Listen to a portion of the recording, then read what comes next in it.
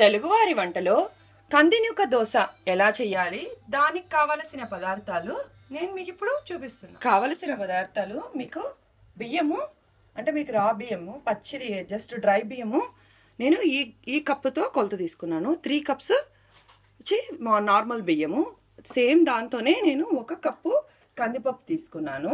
ఆ తర్వాత ఆనియన్స్ ఒక పెద్ద కప్పుతో, పెరుగు మీకు 1/2 కప్పు, తర్వాత పోపుకు కావాల్సిన సామాన్లు, ఉప్పు తగినంత, ఇవి కావాల్సిన పదార్థాలు. మిక్సీలో కందిపప్పు, డ్రైగా బియ్యము వేసి మనము పౌడర్ లాగా అంతా వేసి మనము పౌడర్ లాగా కొట్టుకోవాలి.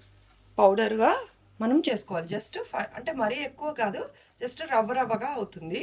సో ఇలా పౌడర్ చేసి మనము ఒక బౌల్లోకి తీసుకోవాలి. ఇలా పౌడర్ లాగా మనం చేసుకున్న తర్వాత దీంట్లో ఉప్పు తగినంత, తర్వాత పెరుగు, ఆ తర్వాత వాటర్ వేసుకొని మనము దోశ పిండిలాగా కలుపుకోవాలి. ఇలా వాటర్ పోసుకుంటూ మనము దోశ పిండి కన్సిస్టెన్సీతో మనము కలుపుకోవాలి. కొద్దిగా ఇలా వాటర్ పోసుకుంటూ కలుపుకోవాలి, ఉండలు లేకుండా. ఇలా మనము కొద్దిగా ఆయిల్ పెట్టుకొని, ఒక 2 టేబుల్ స్పూన్స్ ఆయిల్ పెట్టుకొని అందులోకి మనము పోపు వేసుకోవాలి. ఇది బాగా వేగిన తర్వాత మనము ఆనియన్స్ వేసి ఫ్రై చేసుకోవాలి. ఇది వేగుతుండగానే ఆనియన్స్ కూడా ఫ్రై చేసుకోవాలి. బాగా మనకు ఇవన్నీ బ్రౌన్ కలర్లో రావాలి. ఇప్పుడు మనము ఆనియన్స్ వేసి ఫ్రై చేసుకోవాలి. అది కూడా ఒక 3/4 వేగితే సరిపోతుంది. ఇలా పిండిని మనము ఈ కన్సిస్టెన్సీతో ఉండలు లేకుండా, మీరు చేత్తో కలుపుకున్న గరిటతో కలుపుకున్న ఉండలు లేకుండా కలుపుకోవాలి. ఇప్పుడు మనం మిగిలిన కొద్దిగా ఉప్పుని మనము ఆనియన్స్లో వేసుకొని ఆ తర్వాత బాగా ఫ్రై చేసుకోవాలి. ఇలా ఫ్రై అయిన తర్వాత మనకు 3/4 ఉప్పు, మరి ఆనియన్స్ అన్ని వేగిన తర్వాత మనము ముందుగా కలుపుకున్న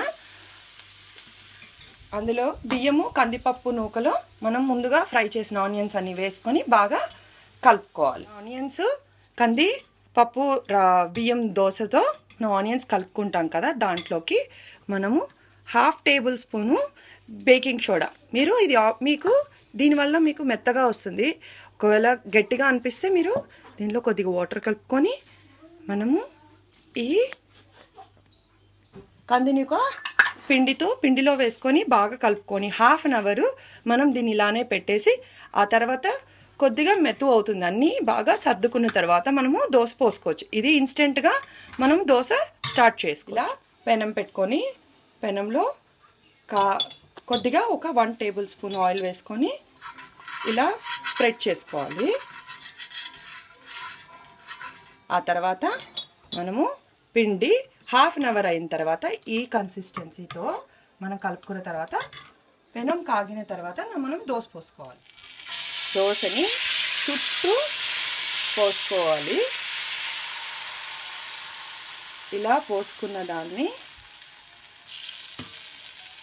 మనము దానిపైన ఒక మూత మూసుకోవాలి. కొద్దిగా ఆయిల్ వేసి మూత మూసుకోవాలి.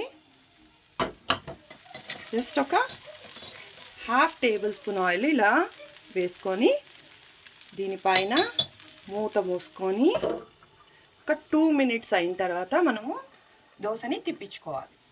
ఇలా మనకు రెడ్ కలర్లో వచ్చిన తర్వాత మనము దోశని తిప్పించుకోరా. ఇలా మనకు గోల్డెన్ బ్రౌన్ వచ్చిన తర్వాత మనము చూసారా, ఇలా కాలిన తర్వాత మనం తీసి ప్లేట్లో తీసి సర్వ్ చేసుకోవడమే.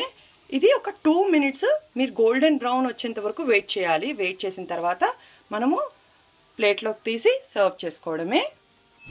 ఇలా దోశ మీరు కారంతో అయినా, లేదు ఎర్ర కారంతో అయినా, దేంతో అయినా సర్వ్ చేసుకోవచ్చు.